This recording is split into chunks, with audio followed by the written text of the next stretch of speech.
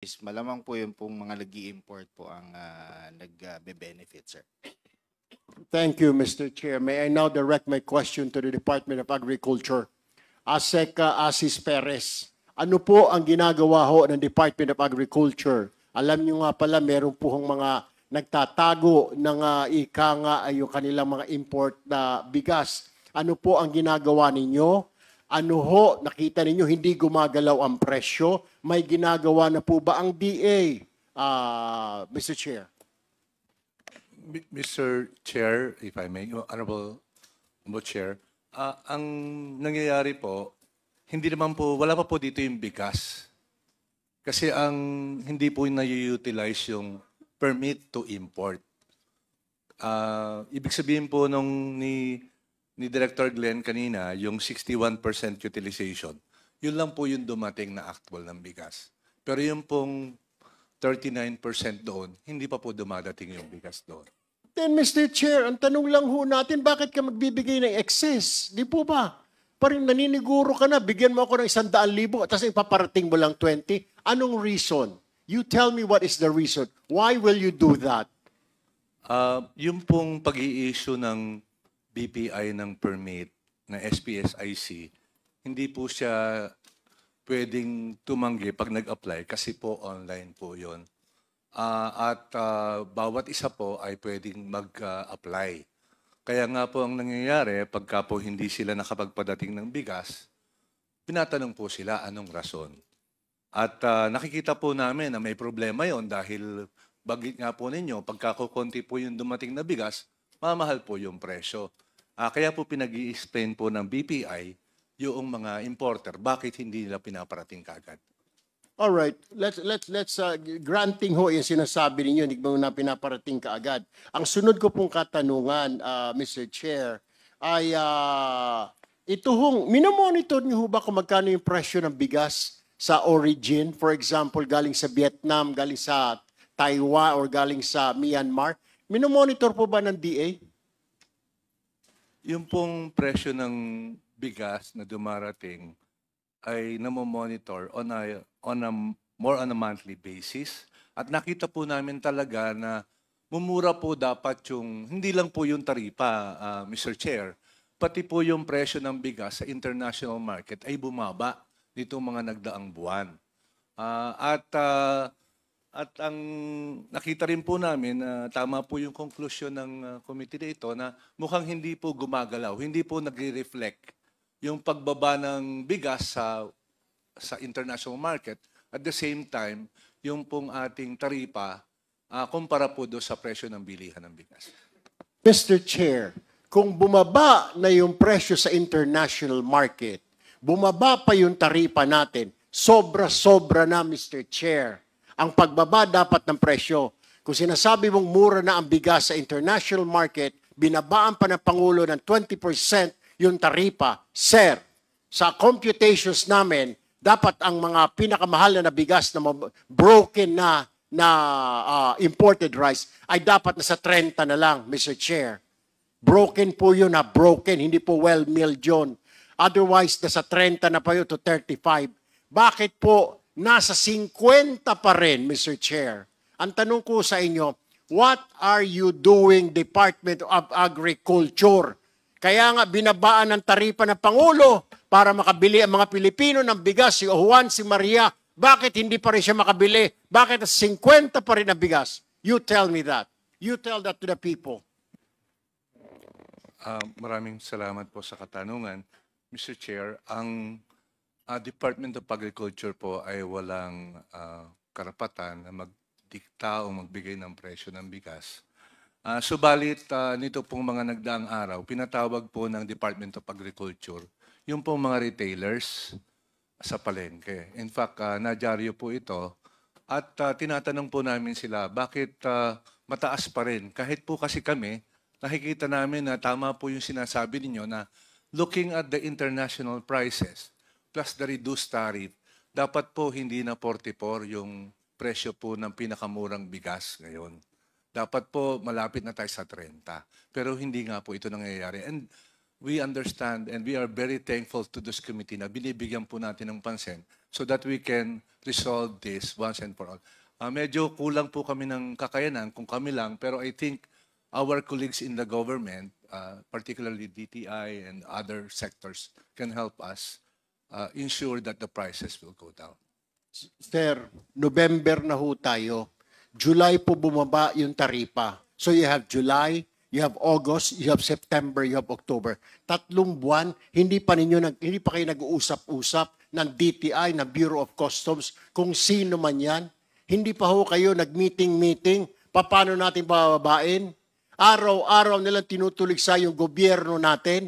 Araw-araw binabanata ng Pangulo. Araw-araw tinitira nasaan na yung 20. Sabihin na natin granting, hindi na natin maabot yung 20, pero sana kung bumaba at kaya nang bumili yung 100 piso na kinikita ng isang ordinaryong mama ay makabili ng 2 kilo, ay masaya ho siguro. 3 months na ho bumaba ang taripa. July, August, September, October. It's already November. Wala pa rin ginagawa.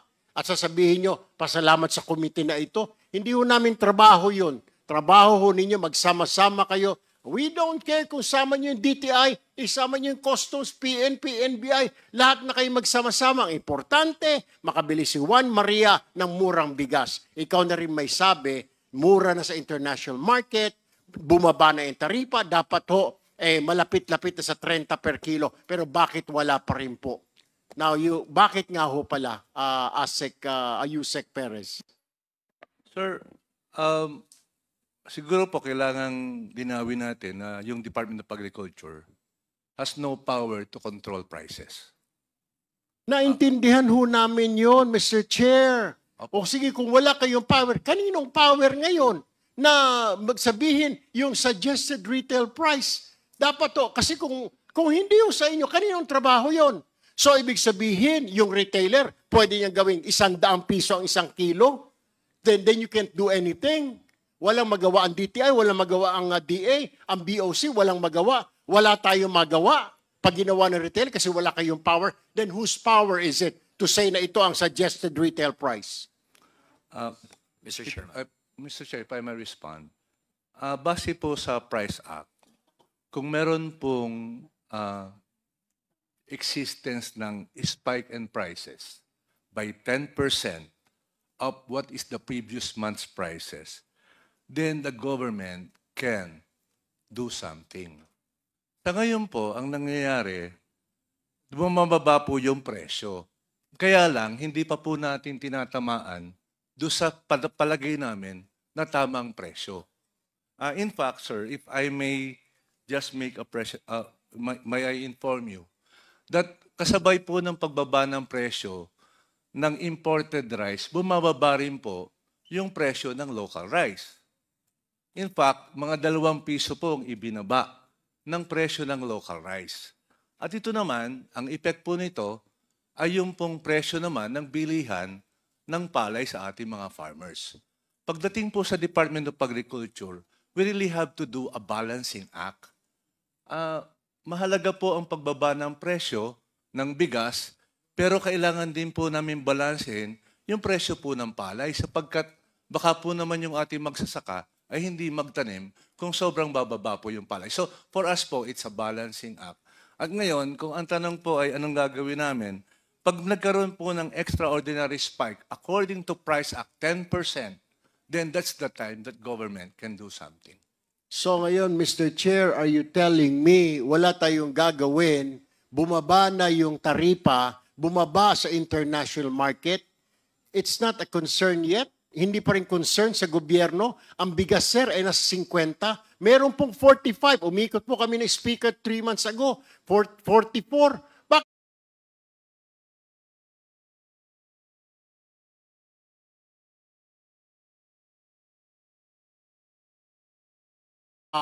Pwede hanggang 10 sakong bigas. Pero yung mumurahin na 45, parang kinokontrol ika nga, Mr. Chair. Kaya nga po sinasabi natin, and we're not talking here of yung local production, sir.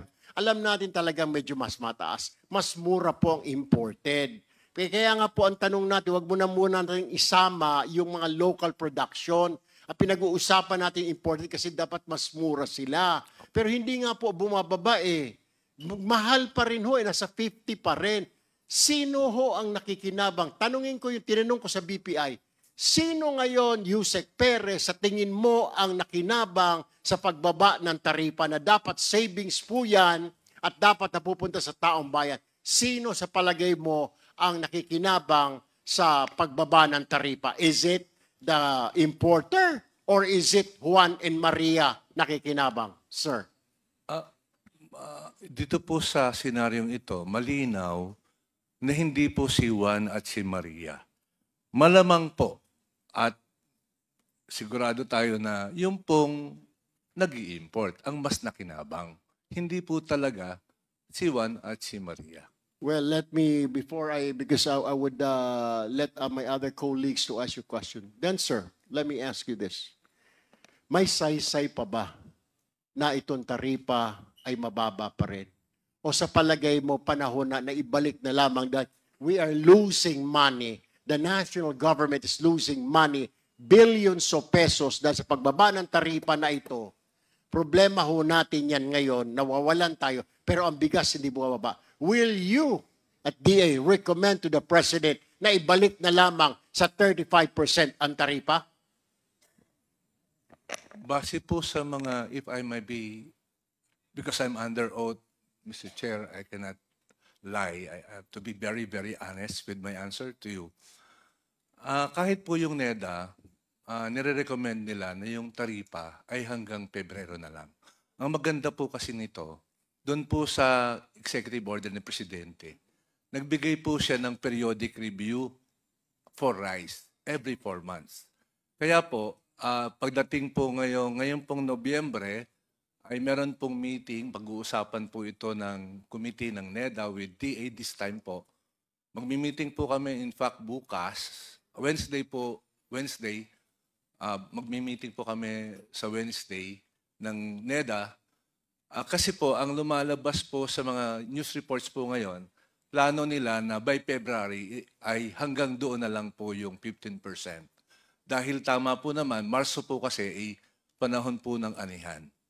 Kaya po, yun po yung senaryo po ngayon, Mr. Chair. Mr. Chair, before I give way to my other colleagues, my last question and point, sir, is i-address ko lang po sa DA. Sir, sana yung pag-meeting ninyo ng NEDA, pag-meetingan ninyo kung paano bababa ang bigas sa 40 na kakayanin po ng tao. Huwag ho kayo mag-meeting ng mga statistics at huwag mo akong bibigyan ng statistics. Walang pakialam ang sambayan ng statistics ninyo. Yung mga bilang lang yan, mga graph na yan, pataas, pababa, kung ano man yan. Walang pakialam ang tao. Ang gusto marinig ng tao na ang bigas bukas o next week ay po pwede na sa 40 at 1 to sawa ang pagbili nila. Ayoko po ng statistics. Sa susunod po nating hearing, ayoko nang marinig. Ang gusto ko pong naming marinig dito, ang bigas ay bababa po na hanggang 40 at makakabili na sila na hindi limitado. Can we do that? Yan po ang dapat pag-usapan ninyo ng NEDA, Yusek Perez. If I may respond po, gusto ko rin pong ipaalam sa committee na ang Department of Agriculture po, meron kaming effort to reach out first to the vulnerable sector. Naintindihan po namin na mahalaga ang access sa bigas. Kaya po naman, meron po tayong bigas na binebenta natin at 29 pesos. Ito po ay 10 kilo ang binibigay natin. Kaya lang po, we have to admit po, Mr. Chair, na limited pa po ito. Pero bababa po tayo hanggang sa mga munisipyo, maglalagay po tayo to our Kadiwa Center para maging accessible po yung murang bigas para po sa ating vulnerable sector. But we are also mindful of the 40 pesos. We will work on that po, sir, as you mentioned. Thank you, Mr. Chair. I'll just reserve my other questions for later. Salamat po. Mr. Chair. Ang daming gusto mag-intervene. Ikaw muna o sino? Yung... Converge? Yes. Yes, in line, Mr. Chair, Yes, sir, with the indulgence of the Honorable Tina Pancho. In line dun sa question kanina ni Kong Erwin, meron kasi may article kayo na lumabas na you confirmed wholesale price is at 38 pesos. You are selling in Kadiwa at 43, 42. Can you confirm that news report? It's 42 po. Okay, selling. Sino po nagsusupply sa inyo? It's FTI po. Imported. Opo. So, ibig sabihin, kaya. Kaya po. Opo. Kaya yung 42 pesos. 42 po. Yung, So, what's yung going pong, on? Ano yun ang problema natin eh? That's the Rice for All program po ng Department of Agriculture. I know, pero it's supplied, imported rice, di ba? By a supplier. Tama? By FTI po, which is also a government-owned and controlled corporation. So, subsidized siya. Hindi po naman. Hindi eh. It's not subsidized. It's Hindi po. impossible. Kaya nga po, alam namin, pwede po So, na... pwede. na So, napakalayo ng disparity ng Yes, presyo. True. Malinaw na malinaw tayo dito. May kumikita talaga, ano? Tama si Kong Erwin. Ano? Mahalaga talaga na... And who is in charge of that? I'm sure si Inspectorate of DA should be on top of this. Para may idea yung... Yeah. Is there any study or investigation going on? May I ask ASEC Carlos? Wala ka naman pa. Kung yun daw pag mataas na presyo. Kung meron daw tayo investigation. Can we have a quick answer, sir? So many hands are raised. Yes, sir. Is there any ongoing investigation by the division? Sir, it's not under my mandate regarding the pricing. Kanino sir. po, sir? Yes, ASEC. Mr. Chair, ASEC, Asis. Mr. Chair, as we mentioned, We have the no Department of Agriculture has no investigatory and enforcement powers. I think And we can so- take that. Hindi namin matatanggap yung sa ganun eh. Kasi- Apo, pero investigation po in a sense na Yes, so kasi you have the access, you have the access kay BPI. Sino ba yung mga importers? They're required to register, di ba? Ngayon.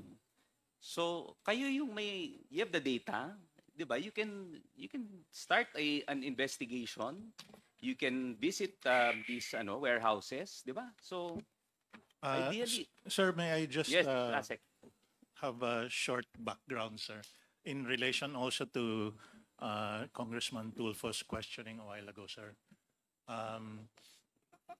Under my office, sir, which is the Inspectorate and Enforcement, sir, we have noticed that yung tanong nga kanina, sir, is may pumapasok at a certain price, binebenta at a certain price, pero pagdating sa end user na, sir, sobrang laki na yung presyo na difference.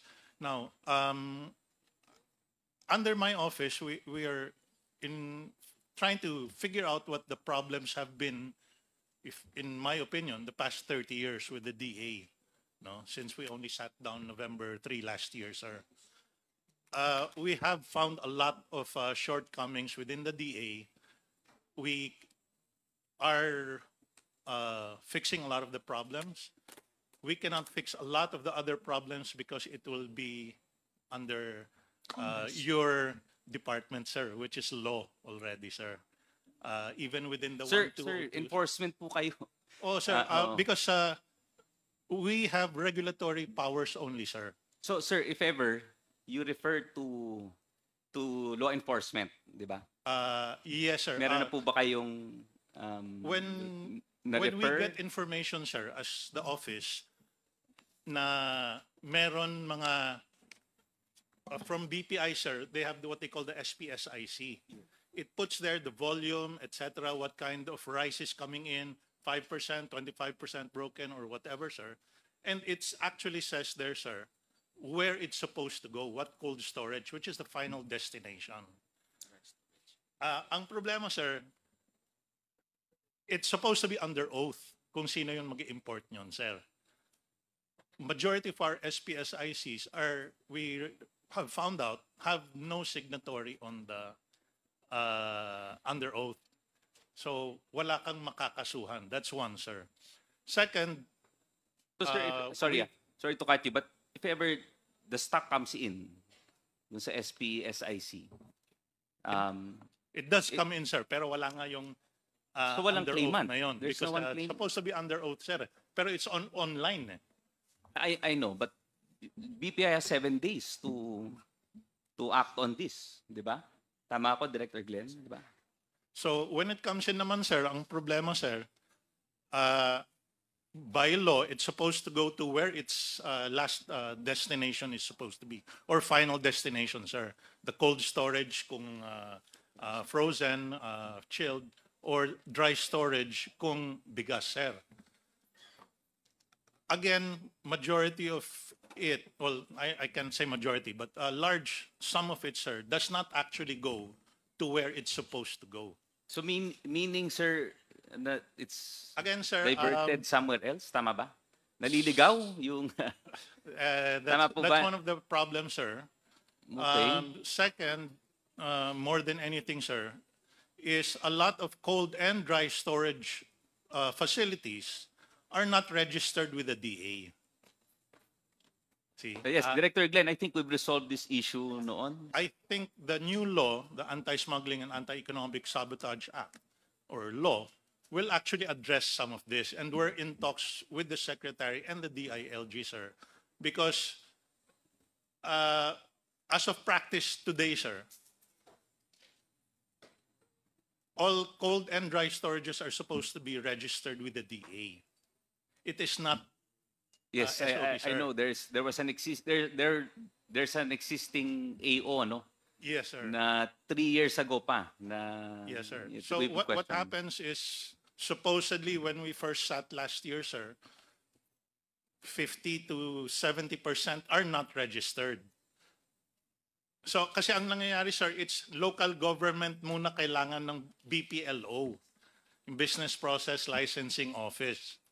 So usually ang practice, sir, once whoever, businessman, gets the local government unit na licensing permits for a cold or dry storage, tuloy na business niya, may permit na siya, sir.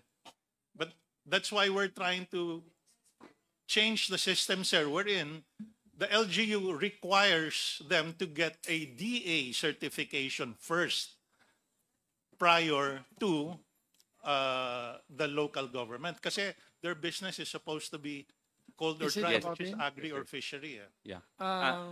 Pardon, Yes. pardon. May I just, I have to keep the gates. So, are you okay, my question?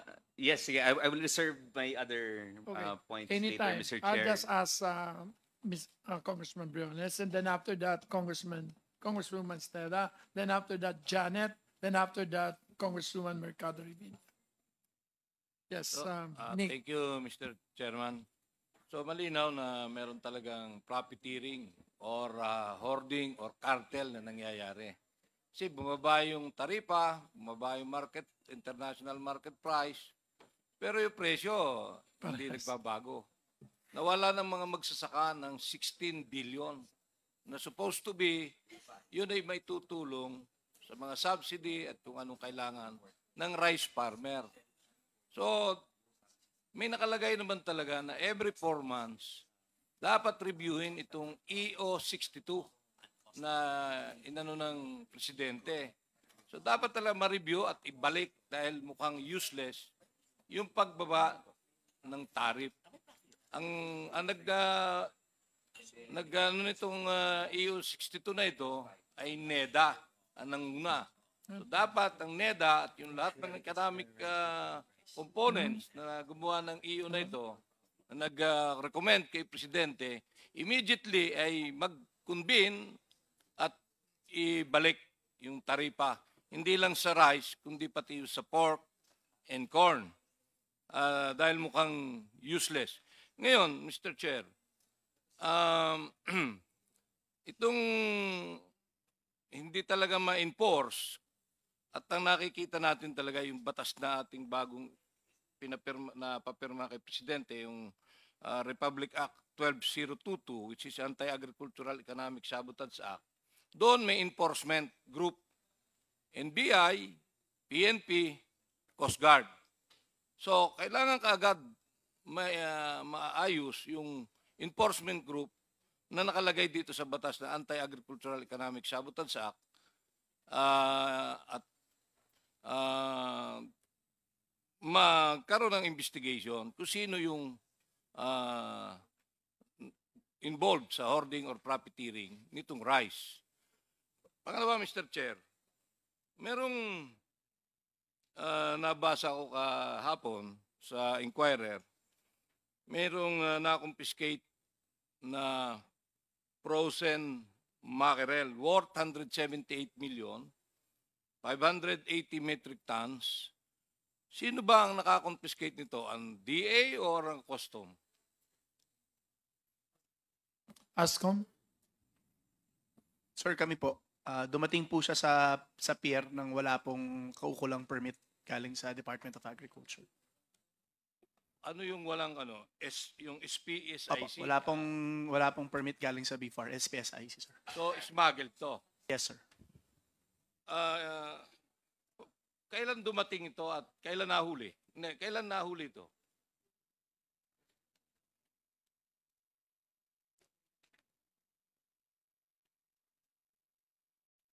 Sir, alamin lang po namin sa enforcement namin details. But roughly, sir, I think about mga October po ang dumating siya at nahuli namin. So about 3 to 4 weeks ago, sir. Sir, if I'm not, Mr. Chair, if I'm not mistaken, it was October 17. October 17. Yes, sir. Kung pagbabasihan natin yung batas na pinirma ni Presidente na September 26, after 15 days, siguro October 11 yon. So, pasok ito doon sa Anti-Agricultural Economic Sabotage Act. Dapat ito maimbestigahan at pumasok dito sa batas na ito dahil ito yung non-bailable, 10 million lang ang threshold, sobra-sobra ito, kaya at masampulan natin. Magkano yun? 178 million Pesos? Mr. Chair. Ang worth. Tama ba yun?